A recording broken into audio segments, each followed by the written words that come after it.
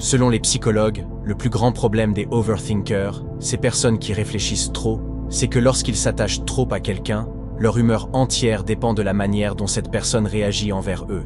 Elles sont tellement attentives aux émotions des autres qu'elles remarquent le moindre changement dans leur comportement. Apprends à réguler tes émotions. Si tu te laisses contrôler par elles, tu finiras par te blesser toi-même ou par blesser l'autre personne. Alors, si tu aimes un overthinker, il y a des choses que tu dois comprendre. Leur besoin constant d'être rassuré n'est pas simplement un besoin. C'est une peur. Je te promets. Personne n'est plus fatigué par leur esprit hyperactif qu'eux-mêmes. Ils vivent avec ça chaque jour et rêvent de pouvoir vivre sans une douzaine de scénarios hypothétiques qui envahissent chaque instant. Mais ils ne le peuvent pas.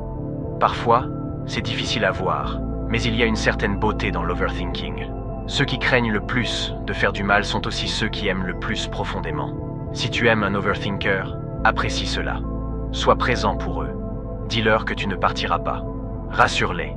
Ils apprennent encore à faire confiance. Ils apprennent à lâcher prise sur leur peur parce que la personne avant toi est partie quand leur amour est devenu un peu compliqué. Chaque jour, ils mènent leur plus grand combat.